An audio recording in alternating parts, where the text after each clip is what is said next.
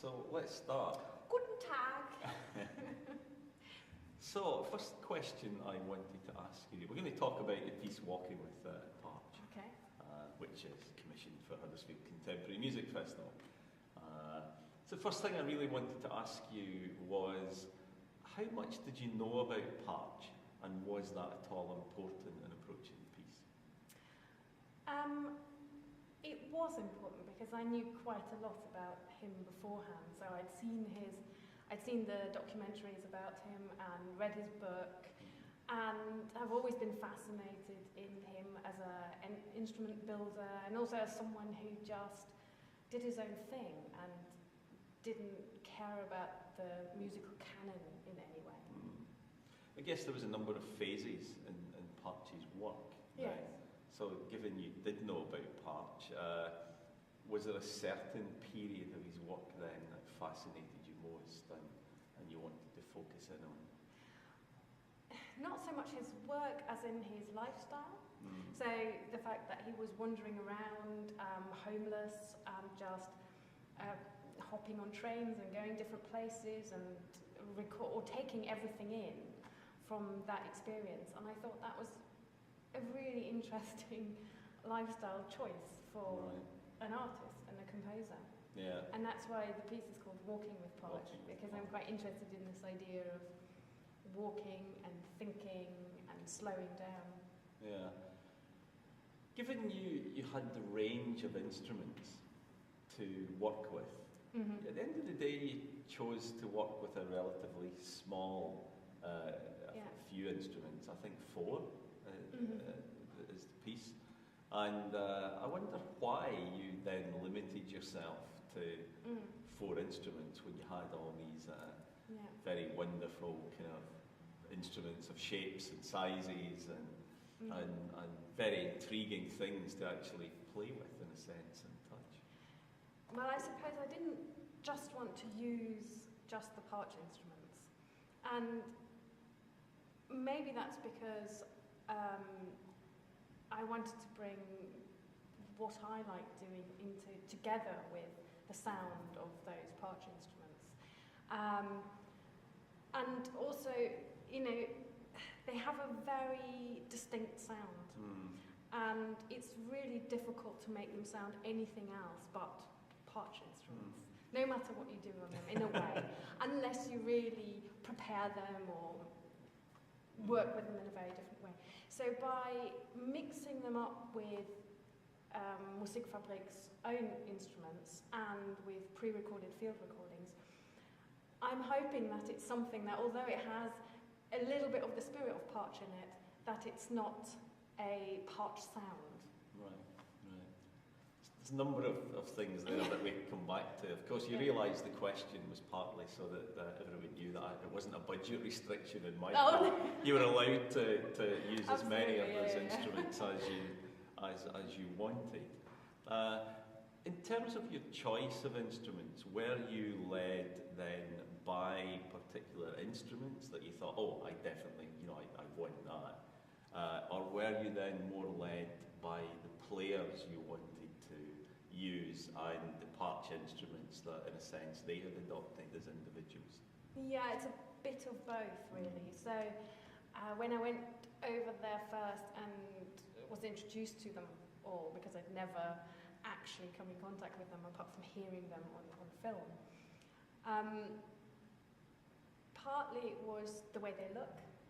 Some of them are just absolutely beautiful, like the cloud chamber bowls, and also the enthusiasm of the players for the instrument and what they were getting out of it. So we just played around for 2 days with them, what we could get out of them, and it was the sounds of the instruments I picked that I particularly liked and decided that I was going to go with them. Well, tell us a little bit about the approach, because you've talked then about walking and field recordings and use of conventional instruments. So tell us just maybe a little more about your approach to the piece and what it involves. Well, so I went to Musikfabrik with little sketches of ideas, and I got them to play them, or play around with them. and not secretly recorded them. They didn't know I was recording them. And that formed some of the basis of the pre-recorded music, in a sense that they are playing live, but they're also playing in the past. And field recordings, I did lots of field recordings whilst walking around. So the idea was to just make a piece that is quite slow in some ways, and allows you to get a little bit lost in it, hopefully. And then how I wrote the piece also had to do with the individual performers. So I just spent time with them and found out what it is that they do amazing. I mean, really, they all do amazingly everything. Yeah, fantastic. You know? But they all, even though each performer has a very characteristic sound and very unique way of approaching the instrument, and that's what I wanted to bring out. So the piece, when you look at the score, just as a sort of aside, it doesn't say violin, viola, cello. It says the names of the performers, because it is written specifically for those particular performers. Yeah. And they're in the pre-record as well. You know, they're everywhere in it, and their playing has influenced the composing of it quite a lot. And how did they respond? Because, you know, quite a non-conventional approach to building the piece. They weren't being handed a score or parts, or you know, you were perhaps to some extent trying to push some of them out of their comfort zone as well. So how did they respond to this approach? They loved it because I think they're sort of people who are just interested in trying stuff out, and they don't have ideas about, oh, I cannot do this, or this is not what I do. That's not their attitude. I mean, they're an amazing ensemble like that. You can throw anything at them and go, okay, well, we'll see. You know, and maybe it works and maybe it doesn't, but they don't make up their mind about that before at all. So it's amazing working with them. Yeah. You talked about you wanted to make something that just didn't sound like a Partch piece.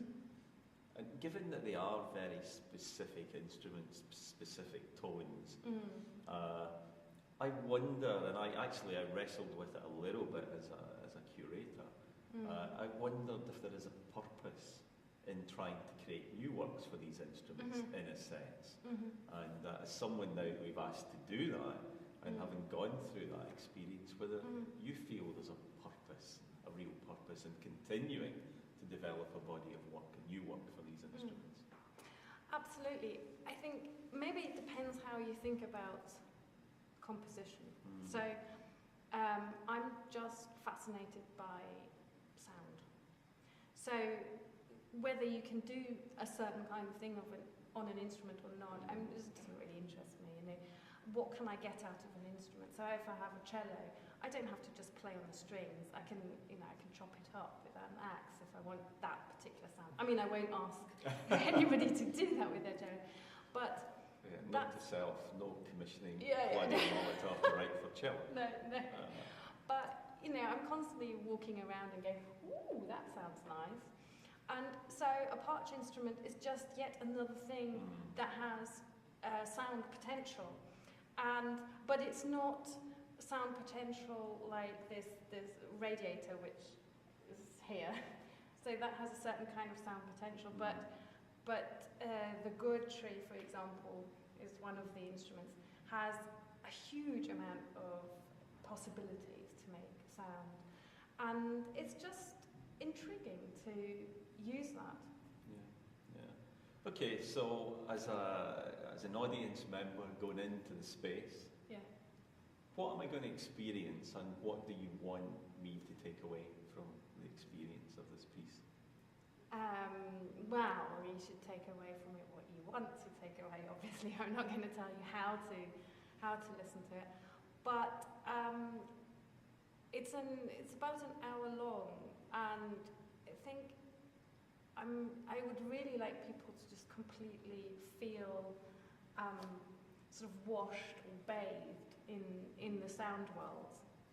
That is the piece, which includes the Partch sound world, which is kind of odd, and that mixture between the Partch instruments and the, well, conventional instrument is really interesting because they have a completely different system. So one is tempered and the other one is non-tempered. So how that sits together, and also with the field recording, so the outside comes inside into the space.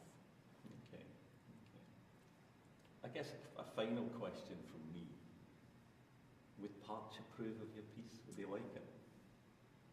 Oh, I have no idea.